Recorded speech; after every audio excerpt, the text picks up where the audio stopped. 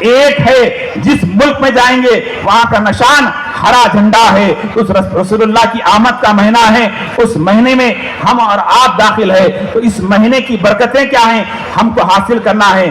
رسول اللہ صلی اللہ علیہ وسلم کا جو ہے سلام کی کیا عظمت ہے وہ بتا کر بات ختم کروں۔ بزرگ اور دوستو، ایک چوراہے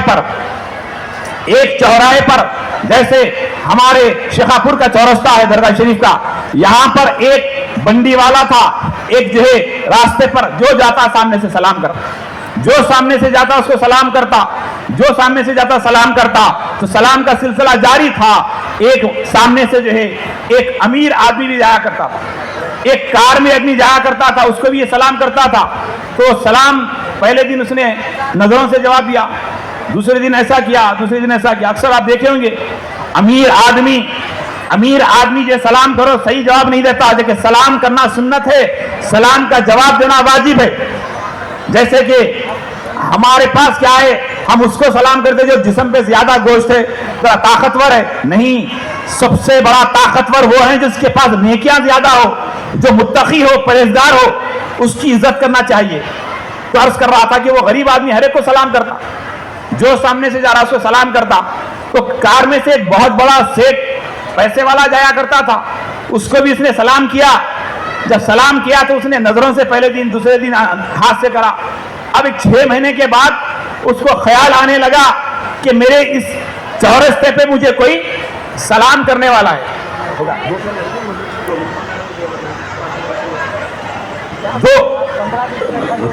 آپ جو ہے اس نے سلام کیا تو اس نے چورستہ آنے سے پہلے اس کو خیال آ رہا کہ فلاں چورستے پر مجھے کوئی سلام کرنے والا ہے، فلاں چورستے پہ مجھے کوئی کیا کرنے والا ہے، سلام کرنے والا ہے۔ ایک دن نظر نہیں آیا، 2 دن نظر نہیں آیا، 3 دن نظر نہیں آیا۔ اس کے بعد اس امیر آدمی نے کہا ڈرائیور سے کار روکو، کار سے رکنے کے بعد پوچھا گیا کہ یہ یہاں ایک جام آم بیچنے والا ہوا کرتا کہاں ہے؟ اس کے بعد لوگوں نے کہا وہ بیمار ہے۔ تو سیٹ نے پوچھا اس آدمی کا گھر کسی کو معلوم ہے؟ تو جو ہے کسی نے کہا یہ بچے کو معلوم ہے، جیسے یہ مولانا بیٹھے ناز شریف پڑھے ہوئے، کہا یہ بچے کو معلوم ہے۔ جیسے ہی بچے کو کہا کار میں بیٹھو، کار میں سیٹ صاحب بٹھا کے جو ہے اب وہ جو سلام کرنے والا تھا اس کے گھر کو جانے لگے، گلیوں میں مڑے، ادھر سے ادھر، جیسے ہی پہنچے، جاتے سیٹ صاحب فروٹس لیے، سامان لیے، سودا لے کر جیسے گلی میں گھر پہنچے، بستی میں پہنچنا تھا، گھر کو دستک دیا، بچی دروازہ کھولنے کے بعد بچی نے دیکھ کر کہا اتنا بڑا آدمی ہمارے گھر پہ آیا ہے، بڑی کار آئی ہے، بچے جمع ہو گئے، لوگ جمع ہو گئے۔ بولے سیٹ صاحب نے کہا بابا ہے؟ تو کہے ہاں ہے۔ بابا جان کوئی سیٹ صاحب آئے ہیں، کوئی بڑا آدمی آیا ہے؟ تو جیسے ہی وہ بیمار جو فروٹ بیچنے والا غریب آدمی جو روز سلام کرتا تھا وہ آیا، دیکھا تو جو ہے سیٹ صاحب دروازے پہ کھڑے ہیں، وہی سیٹ صاحب جس کو سلام کرتا تھا۔ اب یہ غریب آدمی رو رہا ہے۔ سیٹ صاحب نے پوچھا کیوں رو رہے ہو؟ کہا تمہارا میرا رشتہ کیا ہے؟ ارے تم روز سلام کرتے تھے، وہی رشتہ ہے۔ تو سلام کا رشتہ سیٹ صاحب کو غریب کی دہلیز پہ آ گیا، اس لیے رو رہا ہوں۔ بولے اس میں کیا بات ہے؟ کہا ایک سیٹ ہو کر گلیوں میں پھرتے ہوئے میرے پاس آ رہا ہے، ارے میں جس کو صبح اور شام یا نبی سلام علیہ کا پڑھا کرتا ہوں، یا رسول سلام علیہ کا پڑھا کرتا ہوں، مجھے یقین ہو گیا ایک روز میرے آقا محمد رسول اللہ میرے گھر آ جائیں گے۔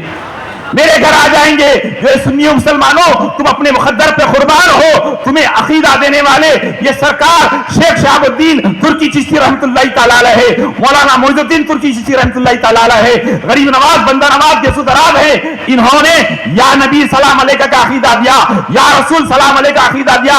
صلاۃ والسلام کسی اور جماعت میں نہیں ہے، صرف اہل سنت الجماعت کے اندر ہے۔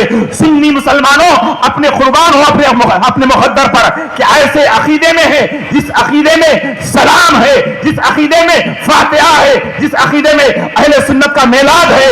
میلاد منانے والوں، آپ کامل مسلمان ہو، یہ عقیدہ رکھنے والوں، آپ کو ہم کو جو ہے رسول اللہ کی عنایتیں ہمارے ساتھ ہوں گے۔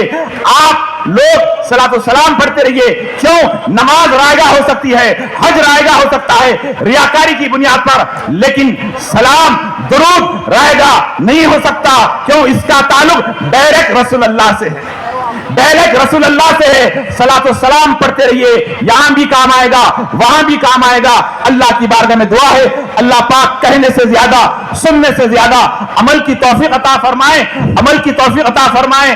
اور ہمیں اس جو ہے جہاں اللہ کے ولی کے صدقے میں اللہ ہمیں صحت و سلامتی عطا فرمائے, تندرستی عطا فرمائے. یا جتنے بیمار ہیں بیماروں کو شفائے کاملہ عاجلہ عطا فرما. مولا کریم ہماری حاضری کو قبول فرما. جس طرح ہم چلتے ہوئے اللہ کے ولی کے پاس آئے ہیں اسی طرح چلتے ہوئے رسول اللہ کی بارگاہ میں جانا نصیب فرما, غوث اعظم کی بارگاہ میں جانا نصیب فرما, غریب نواز کی بارگاہ میں جانا نصیب فرما. یہاں جو خواتین بیٹھے ہیں ان کی جائز تمنوں کو پورا فرما, اور یہاں مرد حضرات ہیں ہر ایک کی جائز تمنوں کو پورا فرما. دین و دنیا کی دولت سے سرفراز فرما. مولا کریم جو بچوں کی شادی نہیں ہوئی ان کا نیک نصیبہ فرما, اور مسلمانوں کی حفاظت فرما, ہماری قوم کی حفاظت فرما, ہر مذہب کے کی حفاظت فرما. ہندو مسلم سکھ عیسائی آپس میں پیار محبت سے رہنے کی توفیق عطا فرما. ہمارے ملک میں امن و سلامتی عطا فرما. جو بے قصور لوگ جیلوں میں بند ان کی رہائی عطا فرما. ہمارے والدین کی عمر دراز فرما, ہمارے بچوں کی عمر دراز فرما. یہاں جتنے اسٹیج پہ بیٹھے ہیں سب کی عمر میں رزق میں برکت عطا فرما. خاص طور سے ہمارے محترم جناب خضر یافعی صاحب کو صحت عطا فرما, اور خضر یافعی صاحب کی عمر دراز فرما, اور ان کی جائز تمناؤں کو پورا فرما, اور ان کے ساتھیوں کی صحت سلامتی عطا فرما, اور اس انتظامی کمیٹی کے چشم الدین صاحب دیگر سب کو صحت سلامتی عطا فرما. آسمانی زمینی بلاؤں سے وباؤں سے ہماری حفاظت فرما, اور دور دراز سے جو بھی آئے سب کو صحت سلامتی عطا فرما. مولا کریم کسانوں کی کاشتکاری میں برکت عطا فرما, ملازم پیشہ کی ملازمت میں برکت عطا فرما. ہمارے ملک میں امن و سلامتی عطا فرما. بخمسۃ نطفی بها حر الوباء الحاتمتی المصطفى والمرتضى وابنهم الفاطمہ. اللهم صل على سيدنا حبيبنا مولانا محمد وعلى ال سيدنا مولانا محمد وبارك وسلم. الہی تابوت خورشید ماہی چراغ چشتیاں روشنائی. استغفر اللہ ربی من کل ذنب واتوب الیہ. سب مل کر ایک مرتبہ پڑھی استغفر اللہ, استغفر اللہ, آواز سے پڑھی استغفر اللہ. سبحان اللہ بحمدہ, سبحان اللہ العظیم, حسبنا اللہ نعم الوکیل, نعم المولا نعم النصیر. یا حیو یا قیوم, یا حیو یا قیوم, لا الہ الا اللہ محمد رسول اللہ. صلی اللہ تعالیٰ علی خیر خلق محمد وآلہ وصحبہ اجمعین برحمتک یا ارحم الراحمین. آئیے مولانا یوسف صفی صاحب افتخاری عقائد کا مخاطب کریں. حافظ یوسف مولوی صاحب کو صرف 45 سیکنڈ کا وقت دیا جاتا ہے. حوالدار صاحب تشریف لاتے ہوئے میں آپ سے گزارش کرتا ہوں مختصر بیان کو ختم کریں. راجو سوامی بڑمپیٹ چیئرمین, نرسنگھ صاحب جراسنگم ماجی چیئرمین.